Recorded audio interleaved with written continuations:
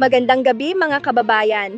Narito ang latest update sa lagay ng ating panahon ngayong gabi at sa mga susunod na araw. Patuloy na apektado ng shear line ang Southern Luzon at halos buong Visayas na nagdadala ng scattered rains and thunderstorms sa mga nasabing lugar. Sa Bicol Region, Laguna, Rizal, Quezon Province, buong Mimaropa, halos buong Visayas, Caraga Region at Northern Mindanao, mataas pa rin ang posibilidad ng pagbaha at landslides. Ang shear line ay nakaapekto sa eastern section ng bansa, particular sa Southern Luzon at halos buong Visayas. Bukod sa shear line, nararanasan din natin ang epekto ng amihan sa natitirang bahagi ng Luzon na nagdadala ng pag-ulan sa Cagayan Valley Region, Cordillera Administrative Region at Aurora Province. Maliban sa pag-ulan, dala rin nito ang malamig na panahon lalo na sa mga uplands o mountainous areas ng Northern at Central Luzon. Para naman sa nalalabing bahagi ng bansa, kabilang ang Metro Manila, natitirang bahagi ng Luzon at Mindanao, bahagyang maulap hanggang maulap ang kalangitan na may posibilidad ng mga localized thunderstorms.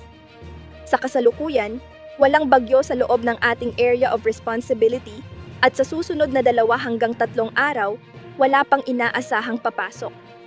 Gayunpaman, patuloy tayong mag-antabay sa mga updates. Mula ngayong gabi hanggang bukas ng hapon, posible pa rin ang malalakas hanggang matitinding pag-ulan.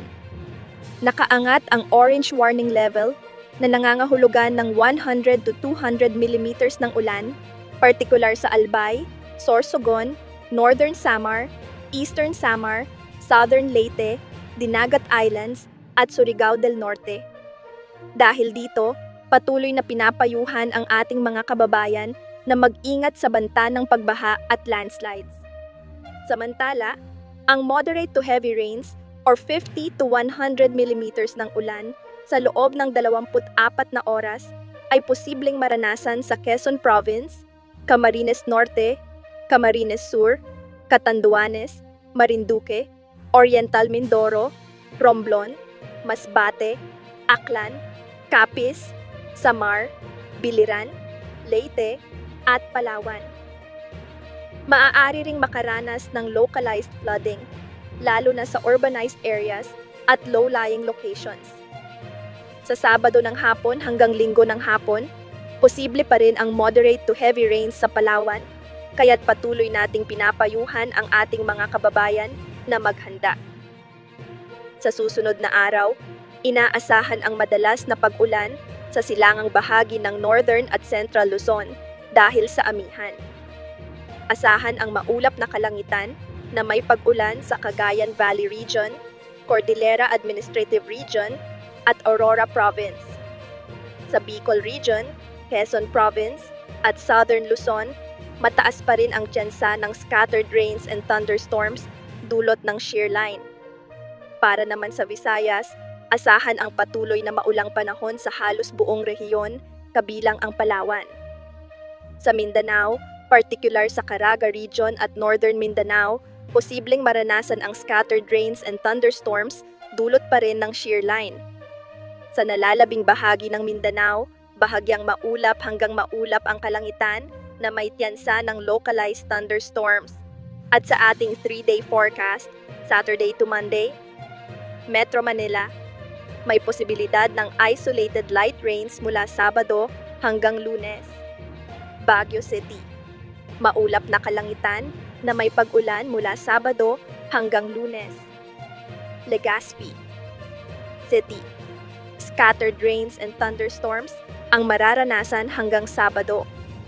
Sa Linggo at Lunes, inaasahan ang pag-ulan dulot ng amihan. Metro Cebu, generally improved weather mula Sabado hanggang Lunes. Iloilo City, maulap na kalangitan na may high chance of rain and thunderstorms sa Sabado. Sa Linggo at Lunes, asahan ang isolated thunderstorms. Tacloban City, mataas pa rin ang tsansa ng pag-ulan hanggang Lunes dahil sa shear line. Davao City, scattered rains and thunderstorms sa Sabado. Sa Linggo at Lunes, partly cloudy to cloudy skies na may tsansa ng localized thunderstorms. Cagayan de Oro, generally improved weather mula Sabado hanggang Lunes. Zamboanga City, generally improved weather mula Sabado hanggang Lunes. At iyan ang ating latest weather update. Huwag kalimutang mag-like, mag-share, at mag-subscribe sa aming channel upang lagi kang updated sa lagay ng panahon. Pindutin din ang notification bell para sa mga real-time weather updates. Mag-ingat po tayong lahat at manatiling handa sa anumang pagbabago ng panahon. Maraming salamat po.